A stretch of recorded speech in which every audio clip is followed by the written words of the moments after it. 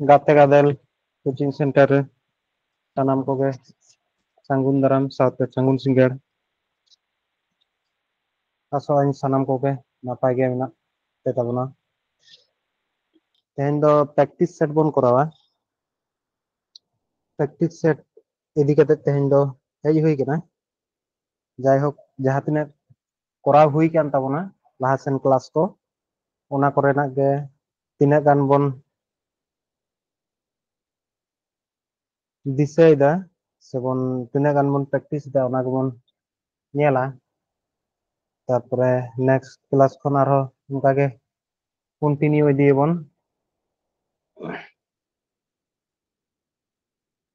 ᱴᱷᱤक गया ताहले चलो क्लास बन शुरुया। फर्स्ट क्वेश्चन बन नेला नोडे मेना कदा नीचे शब्दगुली छुबिर साहाज्ये देखान महिला पुरुष और शिक्षक। ताहले नोआ जहां भेन डायग्राम अब भेन डायग्राम बन कराव कदा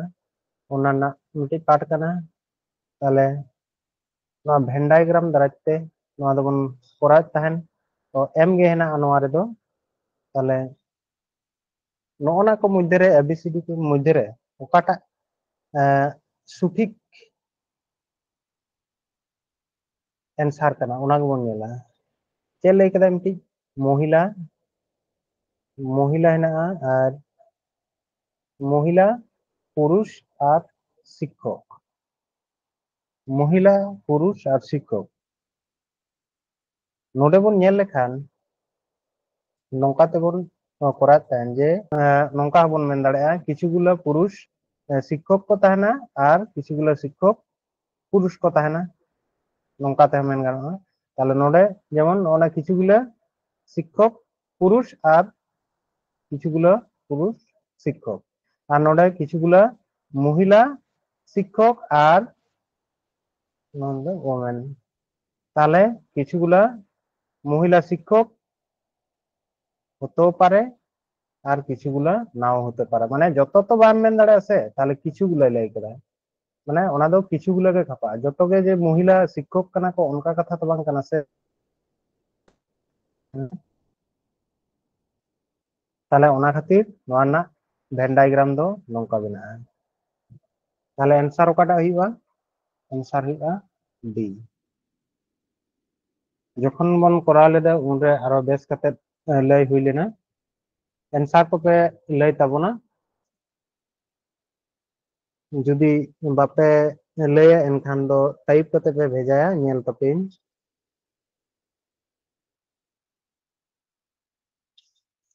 नौटा बन नेल मा कतजन लोग इटालियन और फ्रांस फ्रांस माने फ्रांस रेन दो चे को लय फ्रेंच को लय फ्रेंच भाषा कतजन लोग इटालियन ও ফ্রেঞ্চ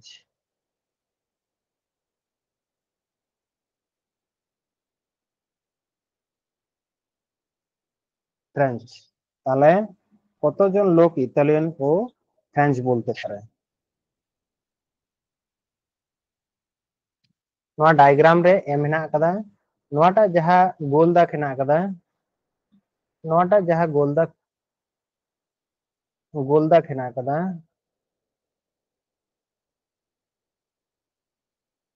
नोआ रेन जहां तिना गोल दाग हेना कदा नोआ रेन दो चे को लया इटालियन भाषा को लया। नोआटा रेन जहां गोल दाग नोआ गोल दाग रे जहां हेना को उनको दो चे को लया जार्मान भाषा को लया और नोआटा गोल दाग रे जहां को हेना को उनको दो चे को लया नोआ दो को फ्रेंच को लया। ताले क्वेश्चन रे लय कदाय ओकोय को फ्रेंच और इटालियन बानार को लय दाड़ा माने तीना हर हेना काट को जहां दो फ्रेंच और इटालियन बानार भाषा ते को रोड दाड़ा लय पे 16 गंग टोटल 21 गंके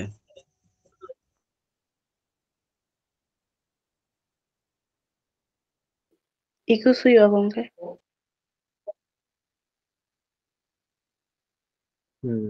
ताले नेल पे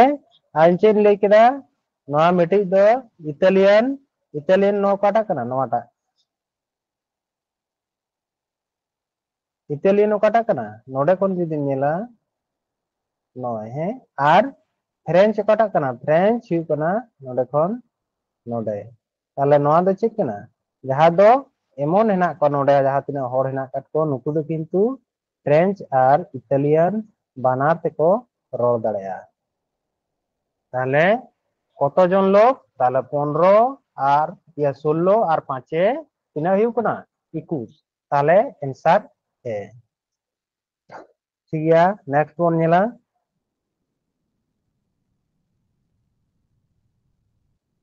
নয়টা লই তাবন পে একটি সারিতে রঞ্জন বাম দিক থেকে সপ্তম স্থান এবং ডান দিক থেকে 15তম স্থানে আছে সারিটিতে মোট কতজন লোক আছে নয়া হবন করাও কাদা নয়া সিটিং অ্যারেঞ্জমেন্ট খন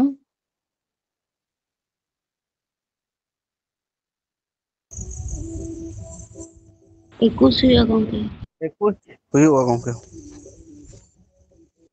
चेनिंग लेट पे तहन ठीक है ले पे आरो ले पे ठीक है ताले चेनिंग लेट पे तहन जखन मी होड़ा कथा हुआ ओकया कथा हुई कना नोडे रंजना रंजन के किंतु बाम दिक থেকে ওকারে তাহেন কানায় বাম দিক থেকে সপ্তম স্থানে বাম দিক থেকে নয়া দো চেদ লেফট আর নতে দো হুই কানা রাইট তাই তো লেফট আর রাইট তাহলে মানে নয়া দো হুই কানা বাম আর নয়া দো হুই কানা ডান তাহলে চেদ মিলা বাম দিক থেকে কারে নেয়া সপ্তমতম স্থান কয় কানা রঞ্জন রঞ্জন বাম দিক থেকে সপ্তমতম স্থান নেয় আর কিন্তু নতে খন নতে খন নতে খন তিনের তোমার এনায়া 15 से 15 হ্যাঁ তাহলে উনি হরকে কিন্তু বার ধা লেখা কানা ওনা খাতির তে ওনা দে চেন লই লেদা left plus right minus 1 left plus right minus जेहेतु 1 दो चेक खातिर माइनस हुई किना जेहेतु मी हर गे रंजन गे किंतु बार धा लेखा किना बाधा बन लेखाय किना 7 नंबर रे बन लेखाय किना उनी गे और 15 नंबर रे नाते जखन जखन 15 नंबर रे बन लेखाय किना ओना खातिर ते लेफ्ट प्लस राइट माइनस 1 ताले तिना हुई किना 15 और साथे 22 15 प्लस 7 22 माइनस 1 ताले तिना हुई किना 21 তাহলে आंसर কটা 21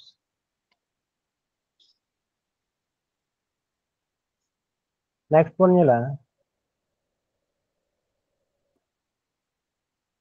নটা লইতে বনতে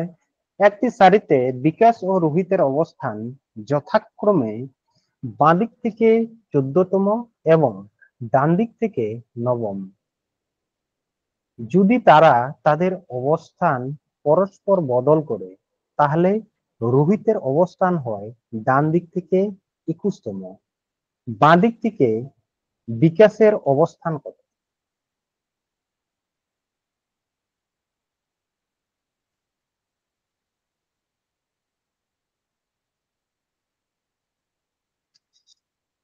চেন লইকদায় বাঁ দিক থেকে 14তম কয়া বিকাশা তাহলে বিকাশা হুᱭᱩᱜ ᱠᱟᱱᱟ বাঁ দিক থেকে বিকাশা না 14তম আর ডান দিক থেকে কয় কেনা রোহিত নবম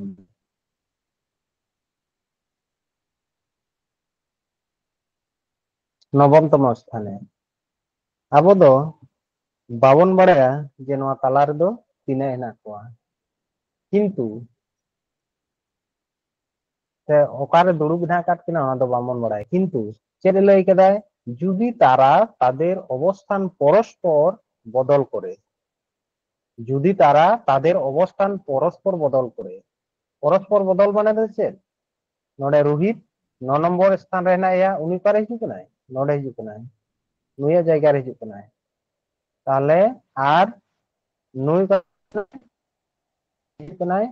ᱱᱚᱰᱮ বিকাশ হিজুᱜ ᱠᱟᱱᱟ ᱱᱚᱰᱮ যখন চেদ ᱞᱟᱹᱭ ᱠᱮᱫᱟ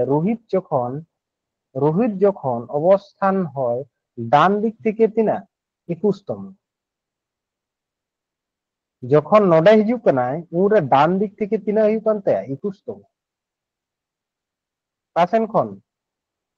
ᱱᱚᱛᱮ ᱠᱷᱚᱱ বুঝে কানা ডান 21 তম ওকা ᱠᱷᱚᱱ ᱦᱮᱡ ᱠᱟᱱᱟ যখন নুইয়া স্থান রে হেᱡ ᱠᱟᱱᱟ ᱚᱠᱚᱭᱟᱜ রে বিকাশᱟᱜ রে উনরে রোহিত নডে হেᱡ ᱠᱟᱱᱟᱭ আর বিকাশ ᱫᱚ ᱚᱠᱟᱨᱮ ᱪᱟᱞᱟᱜ ᱠᱟᱱᱟᱭ বিকাশ ᱫᱚ নডে হিজুᱜ ᱠᱟᱱᱟᱭ তাইতো উনরে যখন বিকাশ নডে চালাᱜ আয় উনরে নতে ᱠᱷᱚᱱ নুইয়া স্থান বিকাশাᱜ স্থান তিনাᱜ তমরে ᱦᱩᱭᱩᱜ ᱛᱟᱭᱟ তাহলে আবো নডে ᱧᱮᱞ ᱞᱟᱜᱟᱣ ᱵᱚᱱᱟ যে তিনাᱜ রে ᱛᱟᱦᱮᱸ ᱞᱮᱱᱟᱭ রোহিত 9 নম্বর রে 9 নম্বর স্থান রে সেন কে ᱛᱟᱦᱮᱸ ᱞᱮᱱᱟᱭ আর তিনাᱜ রে হেᱡ ᱠᱟᱱᱟᱭ 21 তম ওকা সেন ᱠᱷᱚᱱ নতে ᱠᱷᱚᱱ গে তাহলে নতে গে মাড়াᱝ কানায় তাহলে যখন 9 ᱠᱷᱚᱱ 21 এ চালাক কানায় তিনাᱜ স্টেপে চালাক কানায় উনি তিনাᱜ হᱚᱲ ᱴᱷᱮᱱ লাহাᱜ কানায় ᱞᱟᱹᱭᱯᱮ 12 স্টেপ লাহাᱜ কানায় যখন 9 ᱠᱷᱚᱱ 14 চালাক কানা নুনা ইয়ে বিকাশার জায়গা রে চালাক কানায় কয় রোহিত উনরে তিনাᱜ লাহাগ কানায় 12 তাহলে বিকাশও কিন্তু তিনাগ লাহায়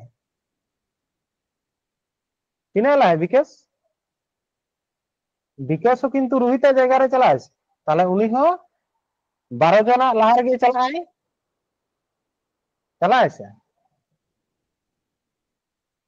রোহিত যখন 12 স্টেপ লাহাগ কানায় তাহলে বিকাশ তো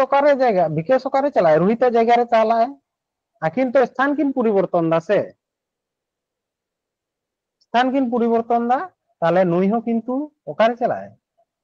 উনিয়ার জায়গা রে চালায় তাহলে নুই হো কিন্তু তিনাগ 12 স্টেপ লাহায় তাহলে তিনাগ তাহলেন তে 14 আর তিনাগ লাহাগ কানায় 12 তাহলে তিনাগ ᱦᱩᱭᱩᱜ ᱠᱟᱱᱟ 26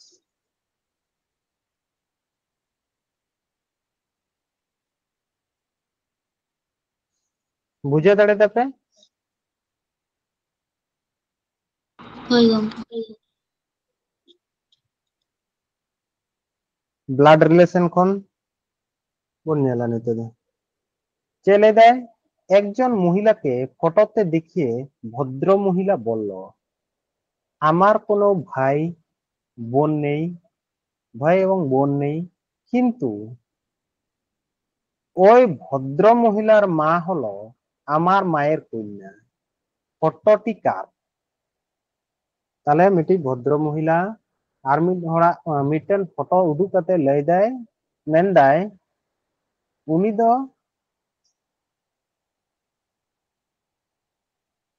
ওই ভদ্র মহিলার মা হলো মানে উনি আজ আয়ো হুᱭᱩᱜ ᱠᱟᱱᱟ ইᱧ আয়ো রেন গিদ্রা আর চে লই কেদায় ভাই এবং বোন নেই লই তাবন পে কাটা হুᱭᱩᱜᱼᱟ লই পেছে মা ইনসাফ তাবন পে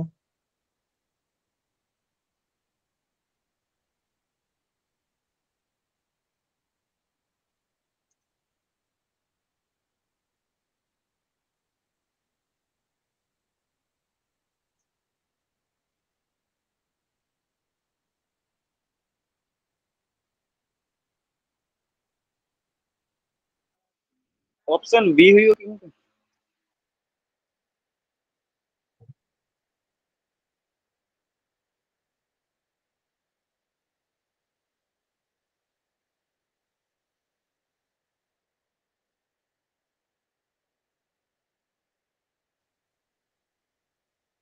ঠিক গিয়া আরো লই পে তাহলে চেলে লই কেদায় আমার কোনো ভাই এবং বোন নেই কিন্তু ওই ভদ্র মহিলার মা মানে নোয়া ফটো রে যাহাই না উনি দো কয় কেনা ভদ্র মহিলা যাহাই ফটো মহিলা ভদ্র মহিলার মা হলো ভদ্র মহিলার মা হলো আমার মায়ের কন্যা আমার মায়ের কন্যা আমার মায়ের কন্যা ওই ভদ্র মহিলা মা হলো আমার মায়ের কন্যা তাহলে অকয়া কথাই লইদা আমার আমার মায়ের কন্যা অকয়া কথাই লইদা নিজেরা কথাই লইদা আমার মায়ের কন্যা তাহলে এনসার দো কটা হিউয়া কে ऑप्शन ए की हुई होगी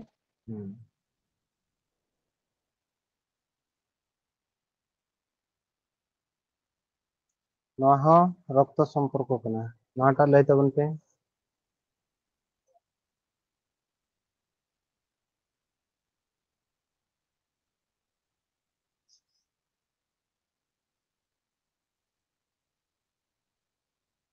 चे लय केदा ए प्लस बी माने बी हलो ए एर बोन बी हलो ए एर बोन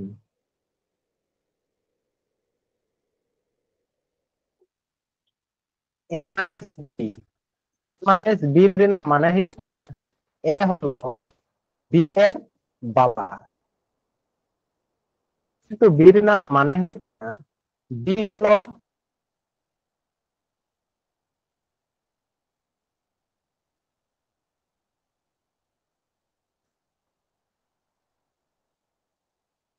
আর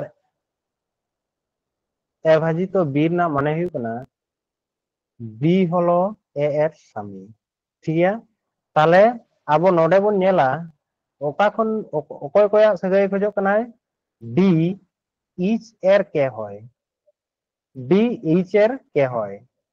নেতার কিন্তু নোয়া সম্পর্ক রে কিন্তু নংকানা কিন্তু সেন্ট্রাল না পরীক্ষা রে বেশি কো এমা তাহনা হাতিনা সেন্ট্রাল গভর্নমেন্ট এক্সাম করেন নোয়া কিন্তু বেশি কো এমা তাহনা ওনাতে বাñ করাও কাটতে মনে হয় ইয়ারিং করা লিতে ক্লাস রে বাñ করাও কাটতে মনে হয় ওনাতে নোয়া দিন দহ কেদা তাহলে নোডে চেরে লই কেদা ডি আর ইচ আ সম্পর্ক লই দা তাহলে ডি করে নে নোডে নে ডি আর ইচ আবো দো যেহেতু নোডে খন নোডে বন নেলা নাতে না দো বাবন নেলা যদি প্রয়োজন হুইয়া তাহলে খান ওনা দো পরে নেল হুইয়া যদি নোডে গে एंसर ओडक खान दो नोतेना नेलना दरकार दो बानुआ ताले चेद लई केदा इच प्लस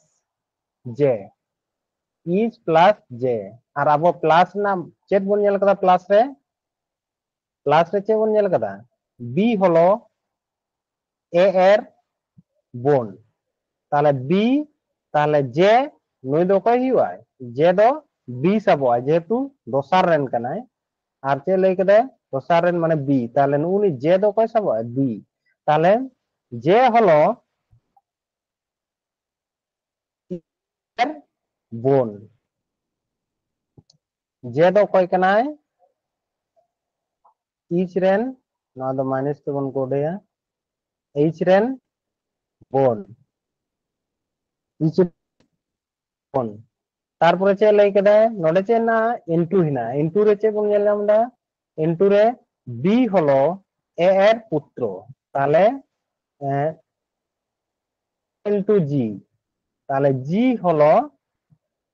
হলো জে এর পুত্র জি হলো জে এর পুত্র জি হলো জে এর পুত্র তাহলে নিদো কড়া গিদার কানা ওনাতে প্লাস বন করে তারপরে চে লই কেদা জি আর ডি মেচেট কিনা প্লাস তাহলে চে লই কেদা যেহেতু তায়ম রেন দো বি যেহেতু বি লাহা কাদা নডে বি হলো মানে ডি হলো এ এর বোন তাহলে ডি হলো জি এর বোন ডি হলো জি এর বোন, তাহলে ᱱᱩᱭ ᱫᱚ মাইনাস ᱛᱮᱵᱚᱱ ᱠᱚᱰᱮᱭᱟ। তাহলে ᱱᱚᱰᱮ ᱤᱪ ᱟᱨ ᱰি ᱵᱚᱱ ᱚᱰᱚᱠ ᱠᱮᱫ ᱠᱤᱱᱟ। এরপর ᱵᱚᱱ ᱧᱮᱞᱟ যে ডি ডি ইচ এর কে হয়, তাহলে ডি ইচ রেন দো চিলি হুᱭᱩᱜᱼᱟ, ᱞᱟᱹᱭ ᱯᱮᱥᱮ। ऑप्शन डी हुआ गंके। ডি হুᱭᱩᱜᱼᱟ, তাহলে কুড়ি গিদার, তাই তো? বোন রেন কুড়ি গিদার।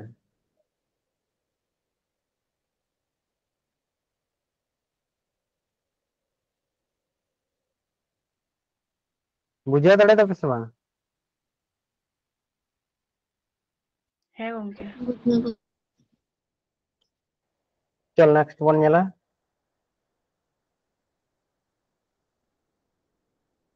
সিটিং অ্যারেঞ্জমেন্ট না, নয়া সিটিং অ্যারেঞ্জমেন্ট হইন করাव কাত পেয়া। নয়া লই তাবন পে ষড়ভুজ, ছয়জন বন্ধু ষড়ভুজাকৃতি টেবিলের কোণিক বিন্দু বরাবর এবং টেবিলের কেন্দ্রের দিকে মুখ করে বসে আছে। এফ এর বাঁ দিকে দ্বিতীয় স্থানে এ আছে, সি ও ডি এর পাশে বি আছে, ডি এর বাঁ দিকে দ্বিতীয় স্থানে ই আছে, বি এর বাঁ দিকে তৃতীয় স্থানে কে আছে। তাহলে চল লেখা কাতে বন করা, প্রথম রে চিকেবন ষড়ভুজাকৃতি নৌকা বন দাगा, তার দাগ রেহ বাং রেহ ঠিক আছে, কোনো অসুবিধা বানুয়া, কিন্তু দাগ দেন ষড়ভুজাকৃতি তিনা হন্না কাট কো ছজন না কাট কো ছটি দাগ হই না। ওকাসেন কেন্দ্রের দিকে মুখ করে আছে, তাহলে কেন্দ্রের দিকে মুখ করে আছে সবাই। যত হর নতে কো সামাং কাদা, যখন নতে যত হর ভিতির সেন কো সামাংকা উনরে উনকুয়া যোজম ধারে দো ওকাসেন পড়া, রাইট দো নোয়া ধারে, ডান দিকে নোয়া ধারে আর বাঁ দিকে দো হুᱭᱩᱜ ᱠᱟᱱᱟ নোয়া ধারে। ওনা সব সময় খেয়াল বন দো এমা, বাখান গুলা ওনা করে। যাই কো পে করাত খান করা পে আর এনসার এন তাবন পে।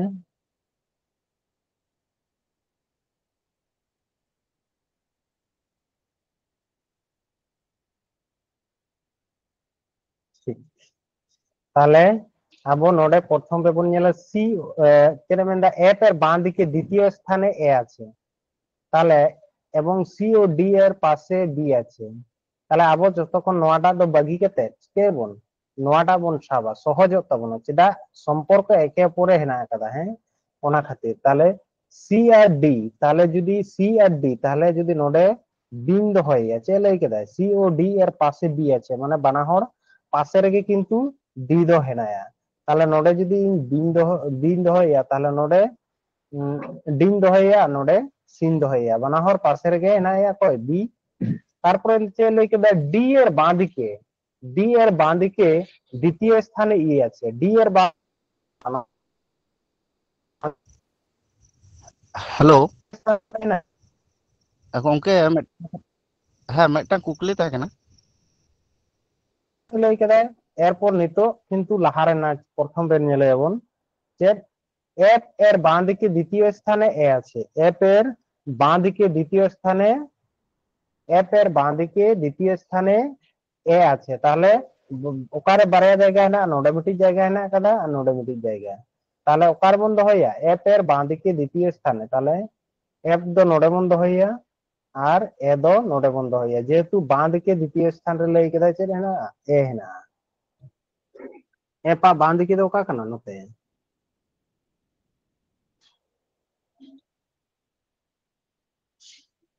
এরপরে লই কেদা বি এর বাঁ দিকে তৃতীয় স্থানে কে আছে, তাহলে বি হিনায় নোডে উনিয়া বাঁ দিকে তৃতীয় স্থান ওকারে কয় নে এক দুই তিন, তৃতীয় স্থান কয় নে বি হিনায়। ঠিক আছে নেক্সট চলো।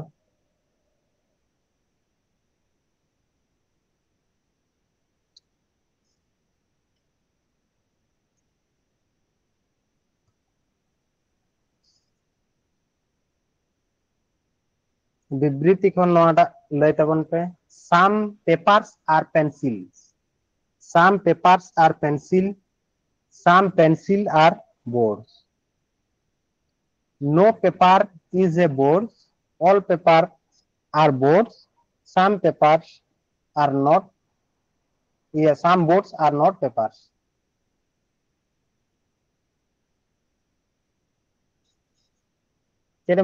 some papers are pencil, কিছু পেপার কি পেন্সিল, আর some pencil are boards, some pencil are boards. তাহলে পেপার, পেন্সিল আর বোর্ড নongka miti diagram bena no ar chelka bena miti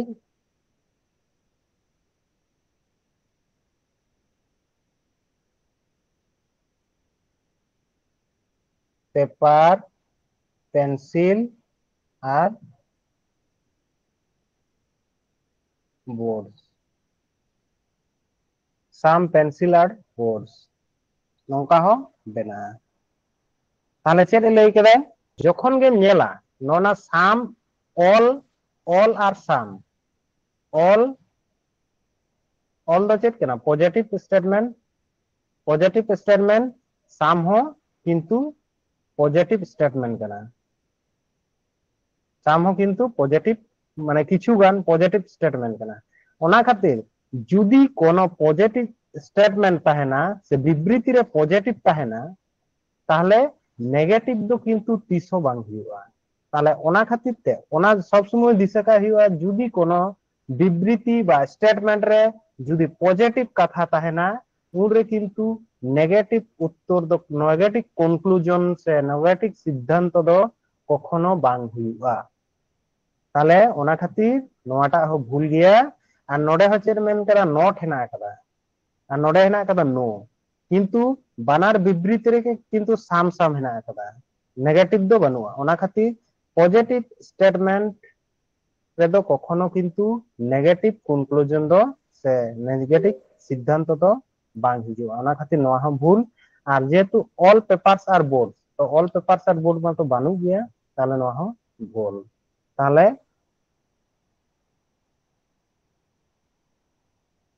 নোয়া হো কিন্তু ভুল গিয়া তাহলে পেনেগে ভুল মানে কোনোটি সত্য নয়। অনা জিনিসতে দিশা দরকার যখন কে স্টেটমেন্ট সে বিবৃতি রে পজিটিভ তাহে না উনরে কনক্লুজন রে কখনো নেগেটিভ বাই সুতিয়া। ঠিক আছে নেক্সট বল নিলা কয়টি বর্গক্ষেত্র আছে নিচের চিত্রটিতে কয়টি বর্গক্ষেত্র আছে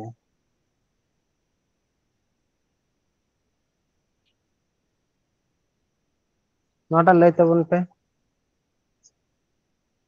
না বল করার কথা না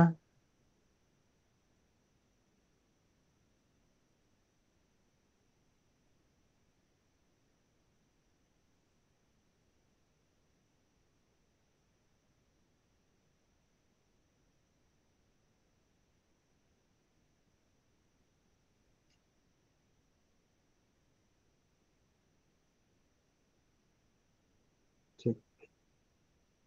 নৌকা যখন বর্গক্ষেত্রে যখন বর্গক্ষেত্র খোঁজা আর যদি রো আর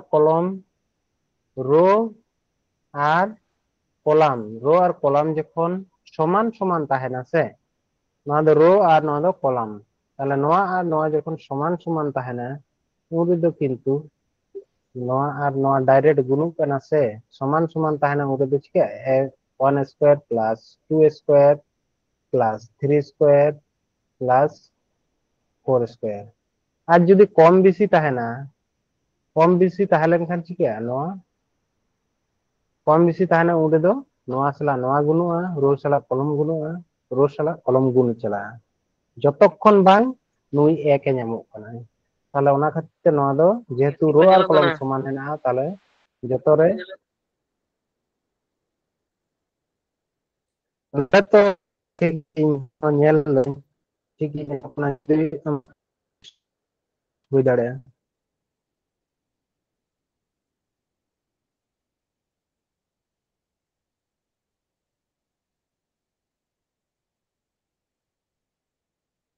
ᱴᱷᱤक তাহলে তিনা ᱦᱩᱭᱩᱜ ᱠᱟᱱᱟ 30 हुई करना ताई तो তাহলে নয় को যত যোগ লেখান তিনা हुआ 30 তাহলে आंसर सी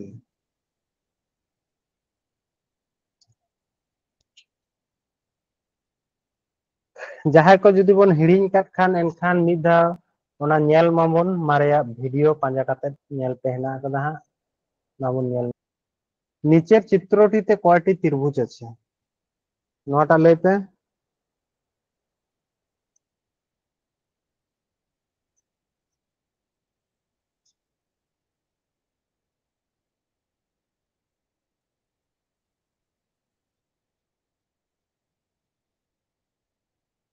नोआरे तिना त्रिभुज ना को तबसे अबन बन करार बड़ाय तहन 1 2 3 और 8টি 4 তাই তো 4 गुणित 2 नोका बन करार तहन তাহলে নোডে তিনে হেনা আমকানা 1 2 3 4 তাহলে তিনে না 1 2 3 4 তাহলে তিনে 4 8 32 আর মিটি জিনিস इन ले चेर ओना जहां जॉइन कना ओना जॉइन खातिर की किंतु तिना हुआ आरो बारया हुआ ओकाटा बारया नेल पे नोंडे नोंडे खन मिटी नोते 9 मिटी और 9 मिटी हेसे 9टा मिटी ताहले नोडे बारया और नोडे हो नेल पे उनका के नोते कते हो और नोते ते हो नोडे बारया और नोडे बारया ताहले तिना हुई कना 2 ओनाते नोडे जॉइन ठेन 2 2 और 2 तिना हुई कना 6टी ताहले 32 प्लस 6 38टी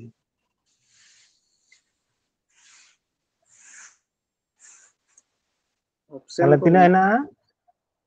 38টি त्रिभुज ना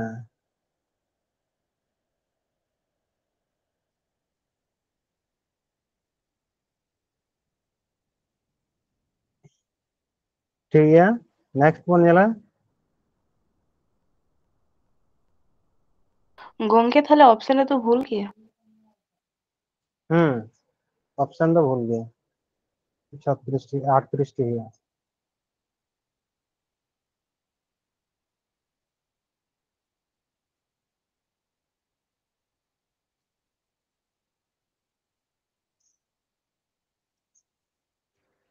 नेक्स्ट बन जाला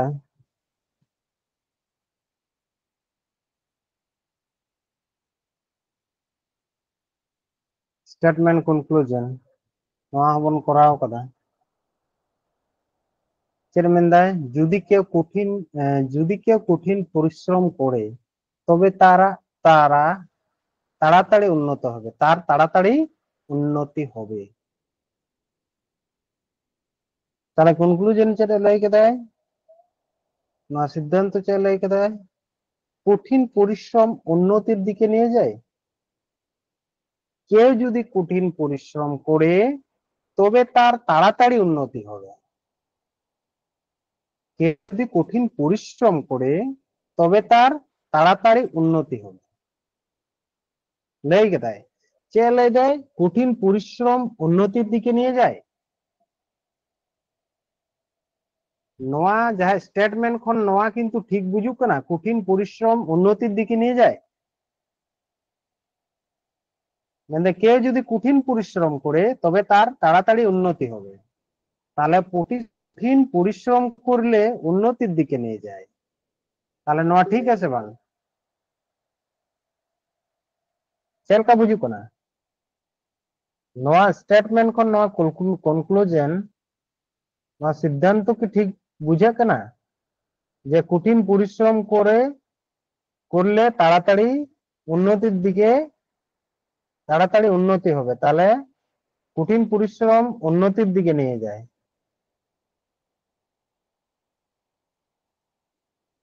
ঠিক তো বুঝায় আছে বাং নোয়া দো কিন্তু ঠিক গিয়া যাদের উন্নতি হয়েছে তারা অবশ্যই কঠিন পরিশ্রম করেছে। ঠিক আছে, ভুল গিয়া।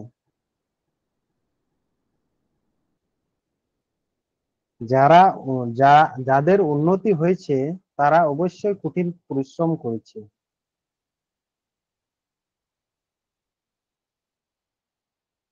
बिना परिश्रम থেকে উন্নতি ᱦᱩᱭᱩᱜᱼᱟ? নিশ্চয় उनको কঠিন পরিশ্রম ᱠᱟᱫᱟ ᱠᱚ ᱛᱚᱵᱮ ᱠᱤᱱᱛᱩ उनकुᱣᱟᱜ উন্নতি ᱦᱩᱭ ᱠᱟᱱᱟ। ᱚᱱᱟ ᱠᱷᱟᱹᱛᱤᱨ ᱱᱚᱣᱟ ᱦᱚᱸ ᱴᱷᱤক ᱜᱮᱭᱟ। সিদ্ধান্তই সত্য। C answer C. নেক্সট বন ᱧᱮᱞᱟ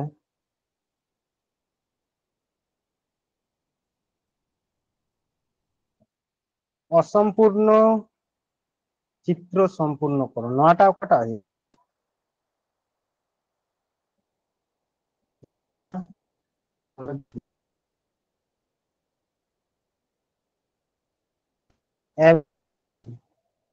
লাইতে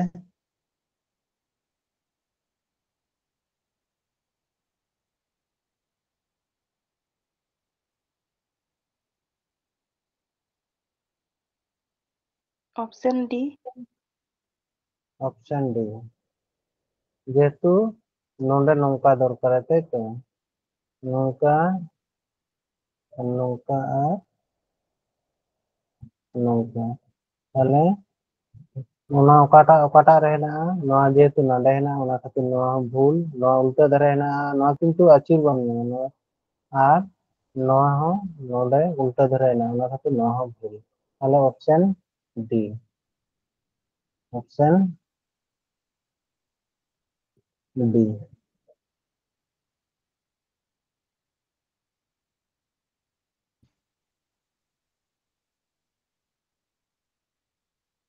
নেক্সট বন ᱧᱮᱞᱟ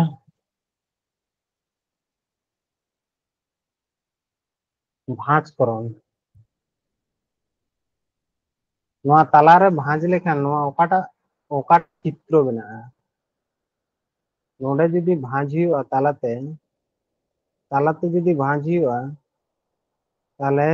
নয়া কো মধ্যে রে ওকাটা চিত্র বেনাᱜᱼᱟ? ওকাটা চিত্র বেনাᱜᱼᱟ? নোডে ᱧᱮᱞ ᱯᱮ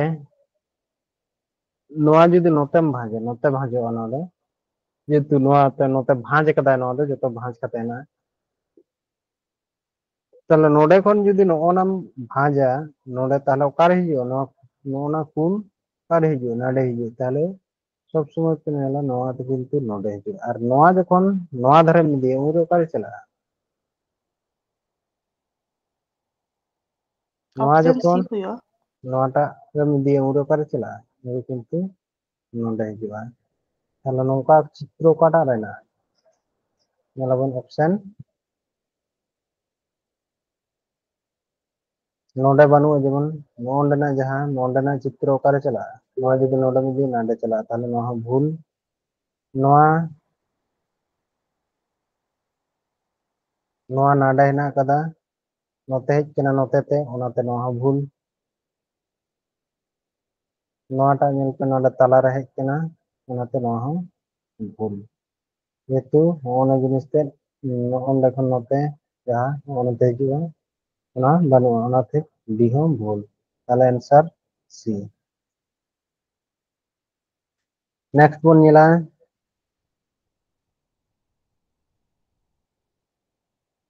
पेपर काटिंग। नोआ दो चिकाव कदा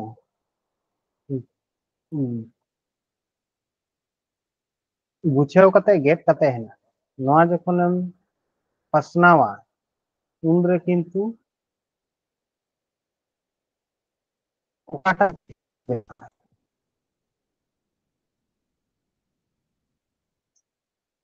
नोडे जुदी नुई जुदी नोते मगुइया जेहेतु नोते खन नोते लई कदाय ताहले नुई जुदी नोडे मगुइया उनरे का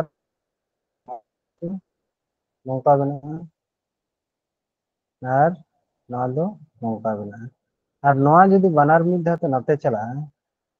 चला उनरे नोआ जखन नोते चला उनरे चिका नोआ किंतु उल्टा सेनोआ नोआ हᱚᱸ किंतु ᱱᱚᱝᱠᱟ ᱢᱮᱱᱟᱜᱼᱟ ᱠᱩᱱ ᱫᱚ ᱛᱟᱞᱟᱨᱮ ᱪᱟᱞᱟᱜᱼᱟ, ᱱᱚᱝᱠᱟ ᱢᱮᱱᱟᱜᱼᱟ, ᱱᱚᱝᱠᱟ ᱢᱮᱱᱟᱜᱼᱟ, ᱟᱨ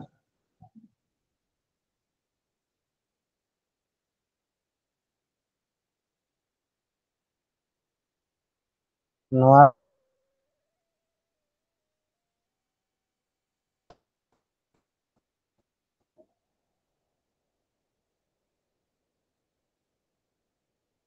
ᱱᱚᱝᱠᱟ ᱢᱮᱱᱟᱜᱼᱟ, ᱛᱟᱭᱛᱚ ᱛᱟᱦᱞᱮ ᱚᱱᱠᱟᱱ ᱪᱤᱛᱨᱚ ᱚᱠᱟᱴᱟᱜ ᱨᱮ ᱦᱮᱱᱟᱜᱼᱟ?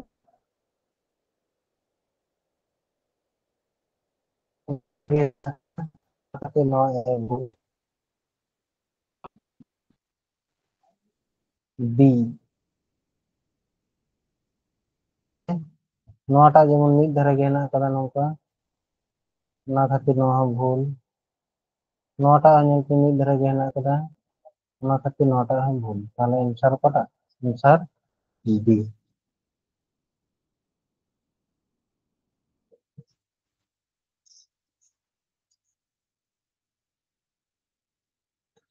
नुना गान चैप्टर गे पढ़ा हेना का ताबोना ओनाते निना गे दोहो हुई केना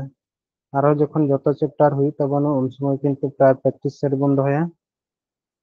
उन समय दो ढेर ढेर हुईगा मा एनखान तेहना क्लास तो नोडे गे मुचाद हुई कना सानाम को गे आर मिद धाव सागुन सिंगार साथे सागुन निदा।